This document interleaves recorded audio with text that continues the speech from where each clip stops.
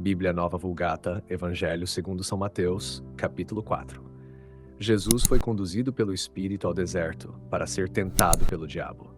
E depois de jejuar 40 dias e 40 noites, por fim teve fome.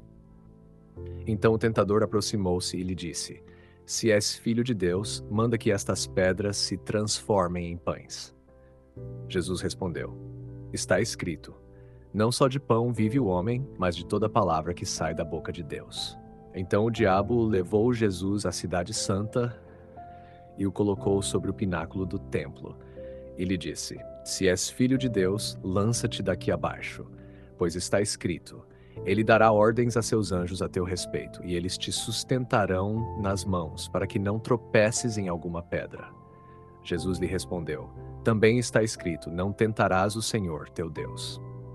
O diabo ainda o levou a um monte muito alto e lhe mostrou todos os reinos do mundo e a sua glória, e lhe disse: Tudo isso te darei, se prostrando-te me adorares. Então Jesus lhe disse: Vai-te, Satanás, pois está escrito: Adorarás o Senhor teu Deus e somente a ele servirás.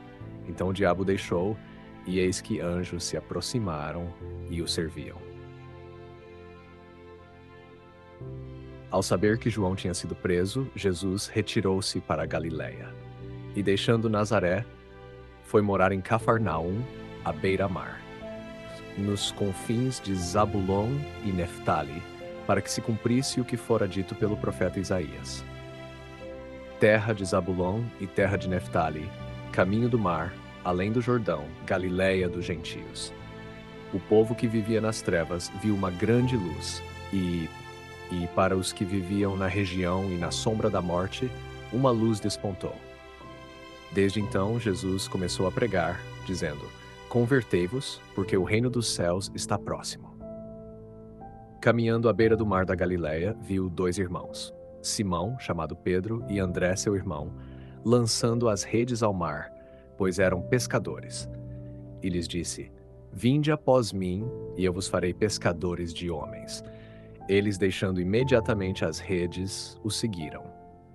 Prosseguindo dali, viu outros dois irmãos, Tiago, filho de Zebedeu, e João, seu irmão, no barco com seu pai Zebedeu, consertando as redes, e o chamou.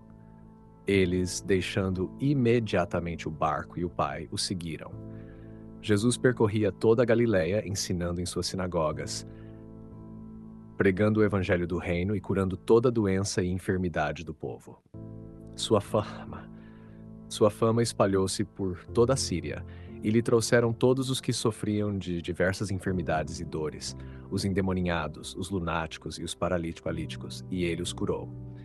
E grandes multidões o seguiram, vindas da Galiléia, da Decápole de Jerusalém, da Judeia e da região além do Jordão.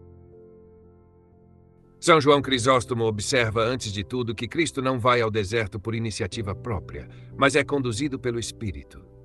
Isso é decisivo. Cristo não busca a tentação por vaidade espiritual, mas entra nela por obediência, para ensinar ao homem como vencer o inimigo. Open quote. Cristo permite ser tentado não porque fosse fraco, mas para que, vencendo o tentador como homem, nos ensinasse a vencer. Homilia Traite sobre Mateus. Close quote. Aqui, Crisóstomo sublinha um ponto doutrinal fundamental. Cristo combate Satanás como verdadeiro homem, não usando seu poder divino, mas as armas que também estão à disposição dos fiéis. O jejum e a primeira tentação. Ao jejuar 40 dias e 40 noites, Cristo santifica o jejum. Confirma a pedagogia espiritual de Moisés e Elias. Ensina que a fraqueza do corpo não implica a fraqueza da alma. Quando o diabo diz: Se és filho de Deus, São João Crisóstomo explica que Satanás não duvida da filiação, mas tenta induzir Cristo a agir fora da vontade do Pai. Open quote. O inimigo não diz porque és filho de Deus, mas se és, tentando arrastar Cristo à ostentação e à desobediência. Close quote. Cristo responde sempre com: Está escrito. Segundo Crisóstomo, isso é intencional. Open quote. Ele não responde como Deus, mas como homem, ensinando-nos que a Escritura é uma espada suficiente contra o demônio. Close quote. A tentação do pináculo do templo. Quando o diabo cita a Escritura, São João Crisóstomo faz uma observação decisiva para a hermenêutica cristã. Open quote. O diabo também cita a Escritura, mas mutila o sentido, pois conhece as palavras, mas não o espírito. Close quote. Aqui o pai da igreja ensina que a escritura fora da tradição pode ser usada contra a verdade. A resposta correta não é rejeitar a escritura, mas interpretá-la corretamente. Cristo responde: não tentarás o Senhor teu Deus, mostrando que não se deve exigir de Deus sinais por presunção. A tentação do poder e da glória. Na terceira tentação, São João Crisóstomo afirma algo teologicamente decisivo. Open quote. O diabo mente ao dizer que os reinos do mundo lhe pertencem. Ele reina apenas onde os homens se entregam voluntariamente ao pecado. Close quote. Cristo rejeita a glória fácil e afirma: só Deus é digno de adoração. Não existe reino verdadeiro sem a cruz, os anjos que servem a Cristo. Após a vitória, os anjos se aproximam. Crisóstomo observa, open quote, os anjos não servem a Cristo durante a tentação, para que ninguém pense que ele venceu por auxílio externo. Eles vêm depois, como testemunhas da vitória. Close quote. Isso ensina que o consolo espiritual vem após a fidelidade, não antes. Deus permite o combate, mas nunca abandona o fiel. O início da pregação e o chamado dos discípulos. Quando Cristo proclama, convertei-vos, porque o reino dos céus está próximo, São João Crisóstomo explica, open quote. Ele começa pela conversão, mostrando que ninguém entra no reino sem mudar de vida. Na close quote. Ao chamar pescadores simples, Cristo confunde a soberba do mundo, mostra que o poder do evangelho não depende da eloquência humana, mas da graça. Open quote. Ele não escolhe sábios para que ninguém diga que a vitória do evangelho veio da ciência, mas da força de Deus. Close quote. Síntese espiritual segundo São João Crisóstomo.